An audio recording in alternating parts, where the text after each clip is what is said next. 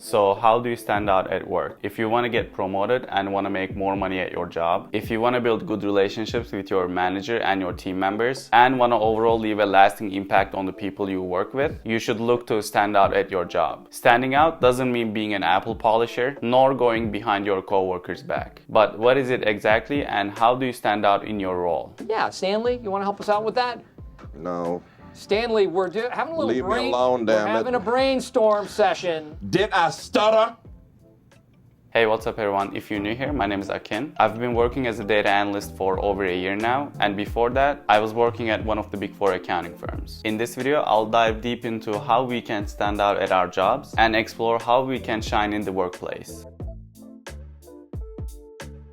Let's take a moment to understand the workplace landscape. It's a bit like school, but with some crucial differences. In school, you usually compete with others for grades, but at work, you're part of a team. There is no competition within the team because everyone's success contributes to the overall success of the organization. From the get-go, play for yourself, play for each other, and let's go out there and win a football game.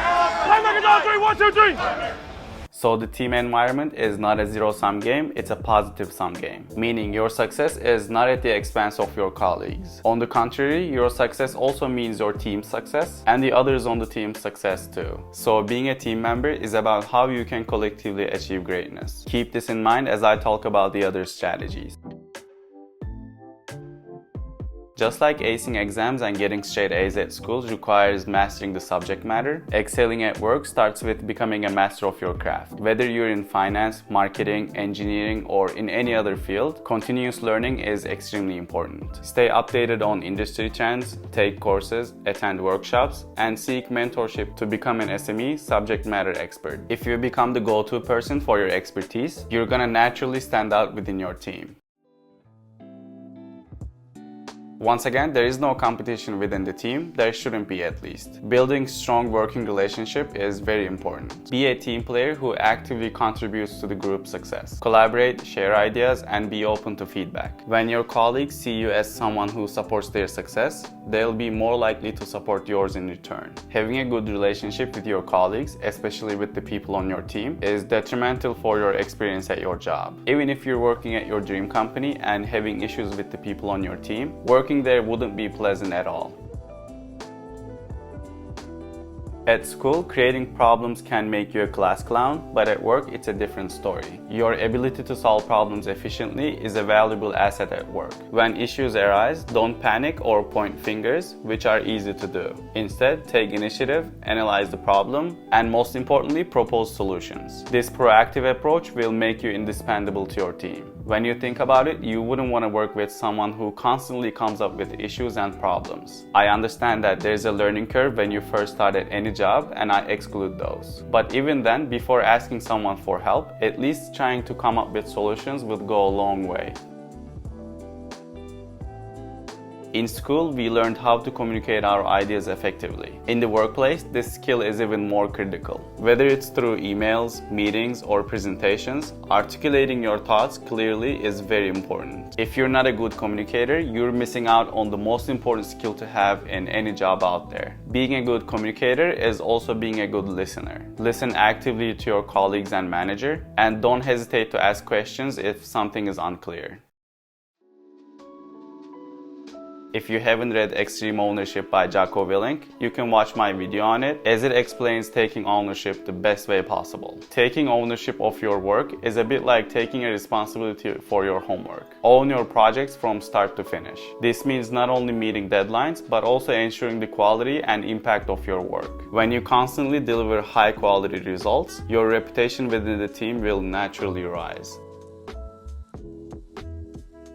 Just like in school, where you look for opportunities to learn and grow, do the same in your job. Always seek opportunities to grow. Volunteer for challenging assignments, take on new roles, and be proactive about your professional development. Also take on leadership roles where you can lead a project and the people on it. Taking initiative and forcing yourself to lead others would teach you so much. Your willingness to embrace growth opportunities shows your commitment to both personal and team success. Positive work environment is like a classroom where everyone thrives. Be a source of positivity and always uplift your colleagues. Celebrate wins together and offer support during tough times. A positive work culture not only makes your job enjoyable, but also builds up your professional standing. No one wants to work in a toxic environment, and no one wants to work with people who are always negative. Just like you appreciated your teachers and classmates, show gratitude at work. Recognize your colleagues' efforts and contributions. Saying thank you can go a long way in building strong relationships and in feeling a sense of camaraderie within the team. In school, you adapted to different subjects and teachers. In your job, adapt to changes in industry, company, new technologies, and the people you work with. Flexibility is a valuable trait. Embrace changes and approach it with a growth mindset, which is the last tip I have to stand out in your job.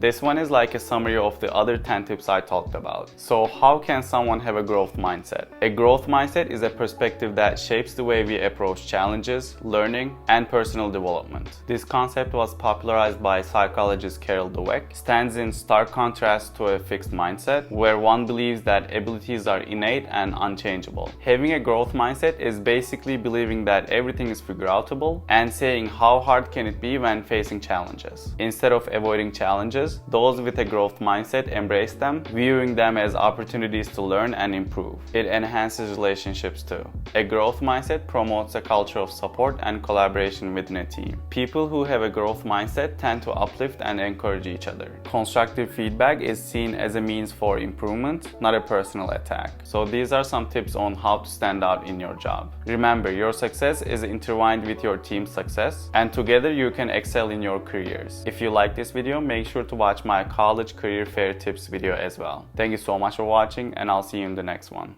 Peace.